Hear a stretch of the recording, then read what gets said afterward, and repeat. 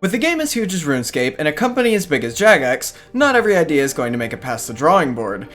The examples I'm about to show here are a few that almost made it to release but were replaced by something else or for some other reason never came out.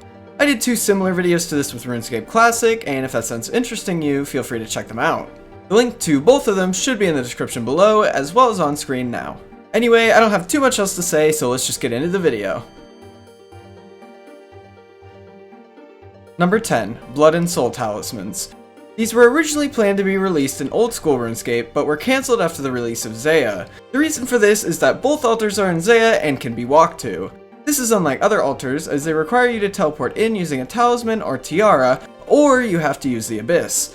Although, like I said, you can access these through the Abyss, it takes a few extra steps. I put these at number 10 as it's pretty obvious why they don't exist, although it is interesting that sprites for them already existed before being scrapped. Number 9. Cooking Pot. This one nobody really knows that much about, but we can at least take a few guesses. Chances are it was going to be introduced much like logs and fire making. Perhaps you would be able to use the cooking pot rather than logs to decrease the amount of food you burned while cooking. Then again, it could have just been planned to be used for a quest that also never got released. Regardless, like a lot of things on this list, that information is lost to time. Even the JMod that designed it probably doesn't even remember what it was going to be for.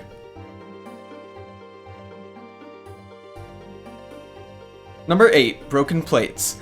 This is one of the items on the list that Jagex actually partially removed from the game. That definition will make more sense when I explain it here in a minute. First, we have to go all the way back to April Fools in 2005. Jagex introduced these items known as spinning plates with a picture of a dragon on them.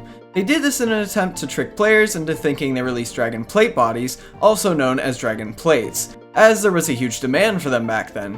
Now, when spinning the plate, there was a chance you would drop it and the plate would break. After a bunch of players complained, it was obviously removed, and you could no longer obtain broken plates.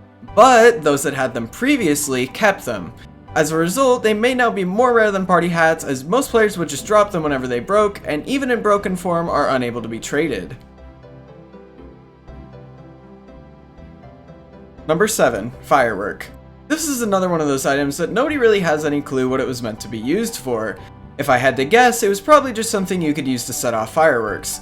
Perhaps it was made before Jagex introduced the feature where fireworks show up above your head when you gain a level, and remove this item so nobody would get confused. Much like the cooking pot, we'll probably never get answers on what it was actually supposed to be.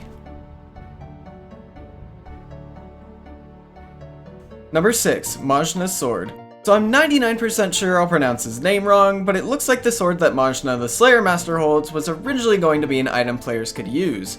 We don't have any info about the stats, but after one Reddit user did a bit of cache digging, they found this sword had both wield and drop models. This means that there was a model of what it would look like of a player holding it, and a model of what it would look like on the ground.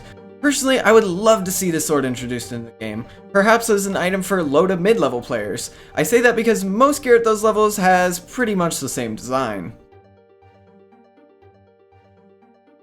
Number 5. Void Staff. This is another item that was found when digging through the cache. It's believed that this is the model of a Void Staff, an item that was obviously never released. Some people theorize it was cancelled due to the fact that it looked very similar to the Ancient Staff. Others theorize it was never even meant to be an item, and that it was instead going to be used by an NPC. Regardless, it's still a very cool looking staff, and it would be nice if Jagex could incorporate it into the game somehow in the future. Perhaps maybe as a reward from pest control, or as mentioned previously, just used by an NPC. Number 4. Rock Climbing Boots. The rock climbing boots are a pretty strange item when it comes to old school RuneScape. They exist only on the Grand Exchange at the price of 82,610 GP, but cannot be purchased. They were introduced as a joke on February 26 in 2015, although this is kind of an odd subject to joke about. For those that don't know, 7 years ago Jagex did something really strange. They buffed climbing boots and made them into rock climbing boots. This buff caused their out price to change all the way to 45k, when they could previously be bought for only 12 GP on the Grand Exchange. This caused massive outrage due to the fact that many PKers had a pretty big collection of these boots, as they were a popular choice to wear in the wilderness back then. Those PKers profited millions off of this update.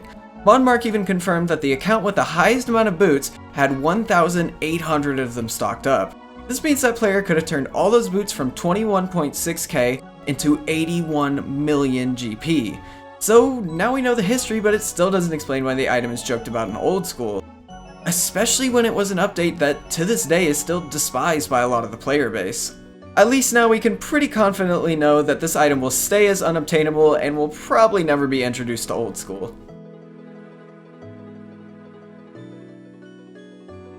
Number 3. Heraldic Plate Bodies.